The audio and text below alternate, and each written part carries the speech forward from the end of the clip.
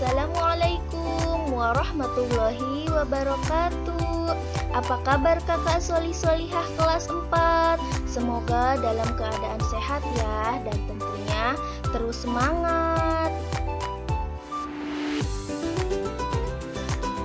Baiklah kakak solih-solihah, sebelum kita memulai pembelajaran hari ini, alangkah baiknya kita berdoa terlebih dahulu. Berdoa dimulai. Bismillahirrahmanirrahim. Asyhadu an la ilaha illallah wa asyhadu anna Muhammadar Rasulullah. Raditu billahi robba wa bil islami dina wa bi Muhammadin nabiyya wa rasula wa bil qur'ani imama wa hukma. Rabbi jidni ilman warzuqni fahman. Amin ya rabbal alamin. Oke kakak solih-solihah, hari ini kita belajar di buku tematik 4C subtema 1, yaitu tentang hewan dan tumbuhan di lingkungan rumahku. Pertama-tama kita akan membahas tentang mengidentifikasi fungsi bagian tumbuhan. Perhatikan ya kak gambarnya dan juga bagian-bagiannya. Yang pertama itu ada akar, batang, bunga, daun, serta ada buah, dan di dalam buah terdapat biji. Nah, bagian-bagian tumbuhan tersebut mempunyai peranan yang sangat penting dan juga fungsi yang sangat penting. Nah, perhatikan. Yang pertama ada akar. Nah, akar di sini berguna untuk menyerap air dari dalam tanah. Yang kedua ada bagian tumbuhan, yaitu yang disebut dengan batang. Batang di sini berguna untuk menyalurkan air dan zat hara ke bagian tumbuhan yang lain. Nah, selanjutnya ada juga nomor 3, yaitu ada bunga. Nah, bunga berguna untuk perkembangbiakan. Nah, selanjutnya ada daun. Nah, daun di sini berguna untuk membuat makanan. Selanjutnya ada buah. Nah, buah berguna untuk melindungi biji, sedangkan biji sebagai calon tumbuhan baru. Nah, dapat dipahami ya kak bagian-bagian tumbuhan, yaitu ya terdiri dari akar, batang, bunga, daun, buah, dan biji. Semuanya saling ketergantungan dan mempunyai peranan dan fungsi masing-masing. Selanjutnya kita akan membahas tentang bentang alam suatu wilayah. Yang pertama yaitu daratan rendah adalah hamparan luas tanah dengan ketinggian kurang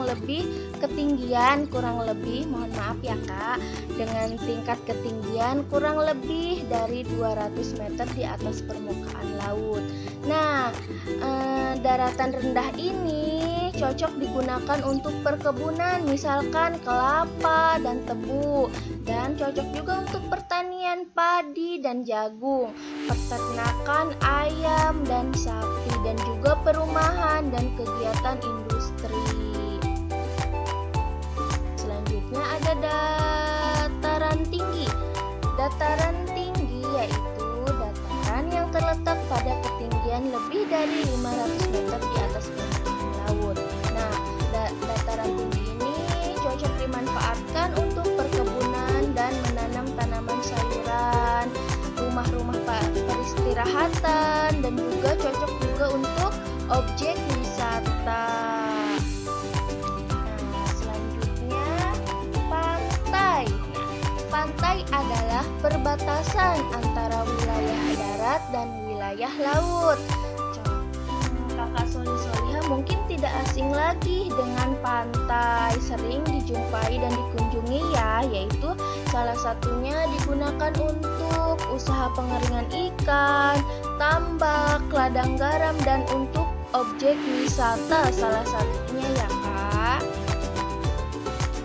Selanjutnya kita akan membahas tentang ciri-ciri pertanyaan yang baik. Nah, misalkan Kakak akan menyusun pertanyaan. Nah, perhatikan hal-hal seperti ini ya Kak. Yang pertama, pertanyaan sesuai dengan topik. Ketika Kakak akan membuat pertanyaan, difokuskan dulu topiknya tentang apa, baru membuat pertanyaan sesuai dengan topik yang akan ditanyakan.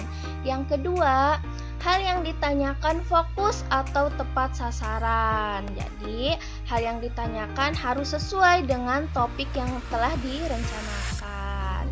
Yang ketiga, pertanyaan dapat digunakan untuk menggali informasi. Karena kita bertanya, sudah jelas kita ingin mendapatkan informasi. Yang keempat, jawaban berupa uraian panjang atau penjelasan, bukan iya atau tidak. Jadi ketika kita mendapatkan jawaban,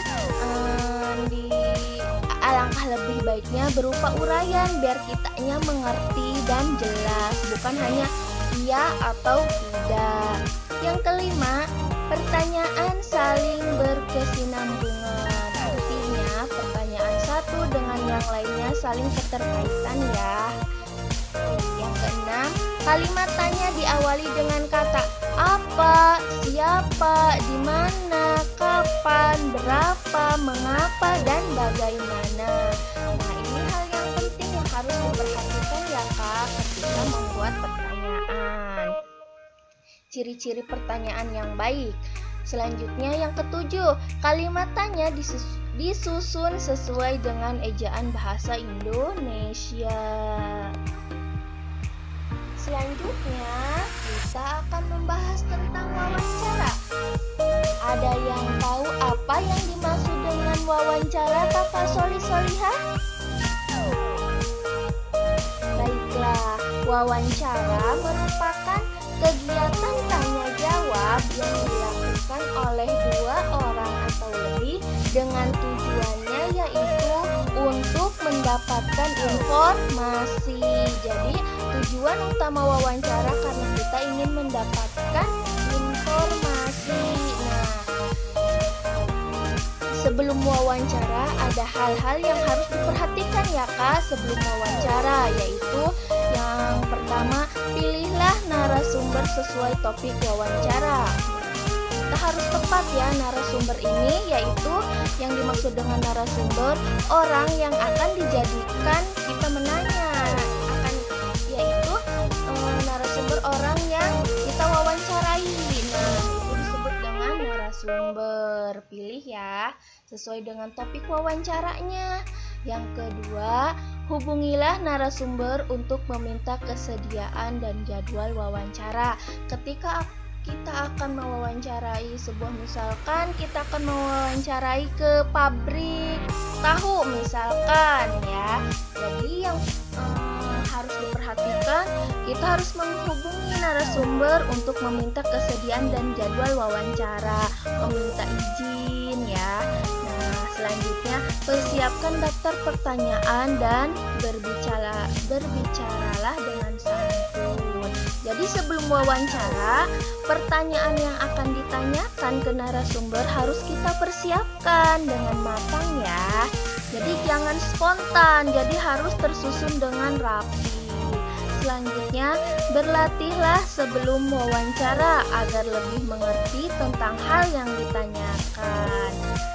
Selanjutnya, berpakaianlah yang rapi dan sopan. Jelas ya, ketika kita akan bertemu dengan seseorang, apalagi kita akan mewawancarainya, alangkah lebih baiknya kita berpakaian dengan rapi dan sopan. Hal-hal yang harus diperhatikan saat wawancara. Tadi sebelum wawancara. Nah, selanjutnya hal-hal yang harus diperhatikan saat wawancara yaitu perkenalan diri dan sampaikan tujuan wawancara. Sebelum kita mengobrol dengan narasumber, bertanya, alangkah lebih baiknya kita memperkenalkan diri terlebih dahulu. mulailah dengan pertanyaan yang ringan. Jadi jangan dulu nanya yang sulit. Misalkan baru bertanya, kita langsung menanyakan bagaimana prosesnya pembuatan tahu dan segala macamnya. Jadi kita mulai dengan pertanyaan yang ringan. Misalkan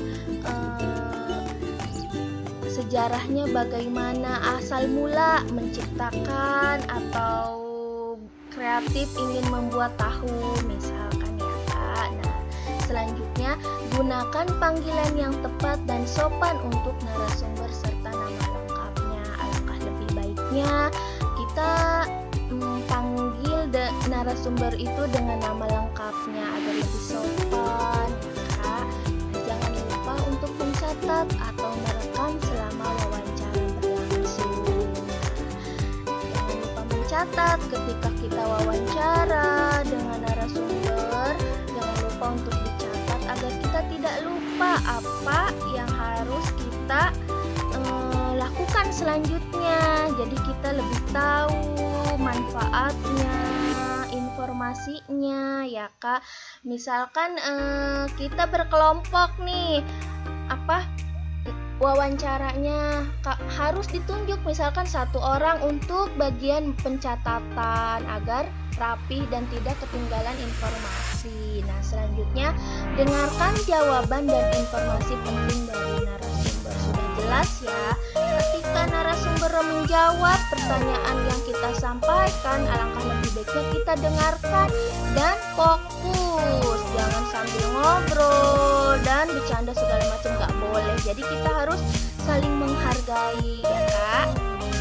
Selanjutnya, hindari pengulangan jawaban dan pertanyaan yang berbelit-belit. Sudah jelas ya, hindari pokoknya pertanyaan yang berbelit-belit yang narasumber tidak bisa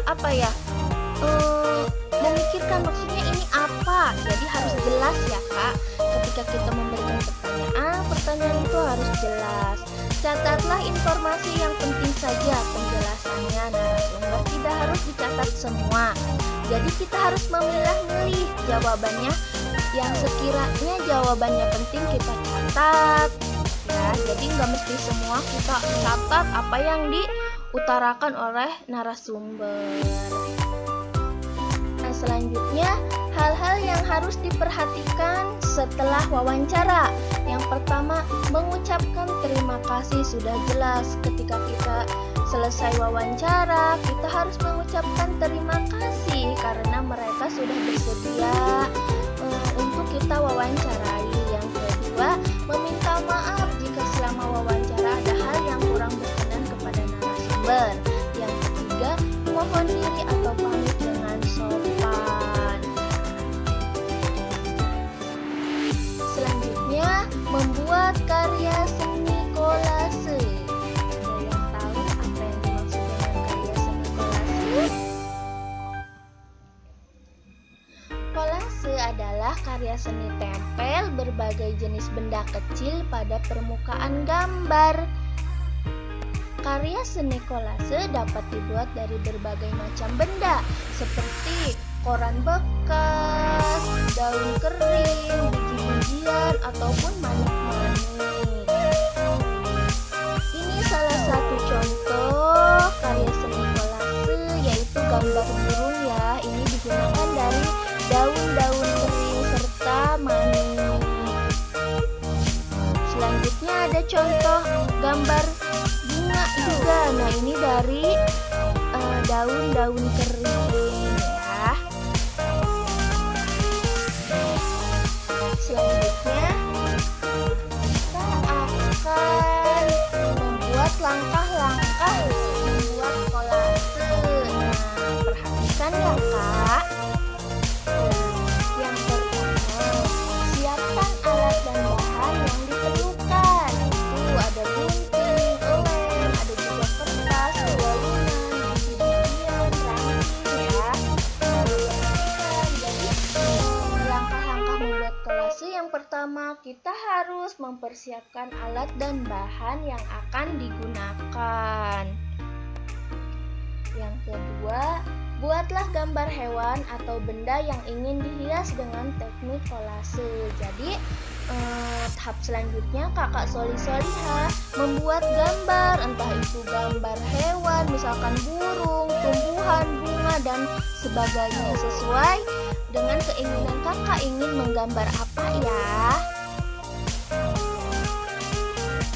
Nah, yang ketiga, guntinglah daun kering menjadi potongan-potongan kecil. Ketika kakak menggunakan daun bahan utamanya, jadi gunting daun kering menjadi potongan-potongan kecil.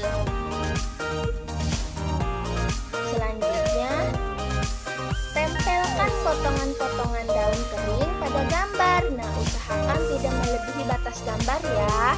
Ketika tadi sudah dipotong dan sudah digambar, lalu ditempelkan potongan-potongan daun kecil itu ke gambar. Usahakan tidak melebihi batas gambar ya kak, agar terlihat rapi. Nah, selanjutnya tempelkan juga biji dan ranting kering sebagai hiasan. Nah, biji ini boleh kita tempelkan di bagian misalkan mata ya, ranting-ranting kering sebagai hiasannya agar lebih melengkapi. Nah, selanjutnya karya seni kolasemu sudah jadi ya. Jadi gampang ya kan kak membuat kolase ini. Jadi kakak ikuti saja langkah-langkahnya. Nanti juga insya Allah bisa ya belajar ya kak, agar lebih kreatif lagi.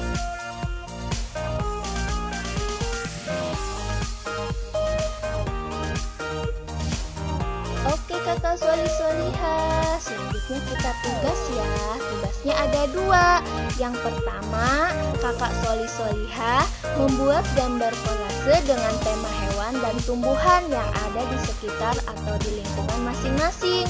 Boleh milih salah satu ya kak, misalkan mau hewan gak apa-apa, misalkan mau tumbuhan juga tidak apa-apa ya, milih salah satunya saja.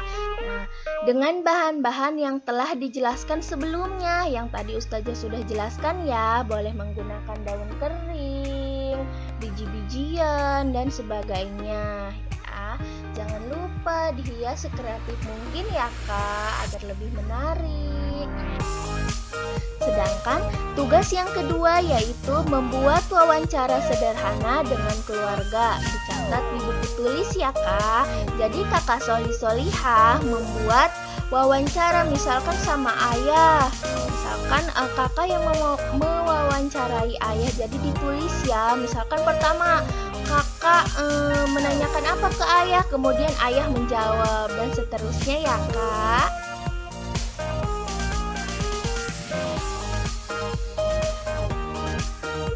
Oke kakak Solihah, selamat mengerjakan tugas. Terus semangat, tetap jaga kesehatan ya kak, dan tetap patuhi protokol kesehatan.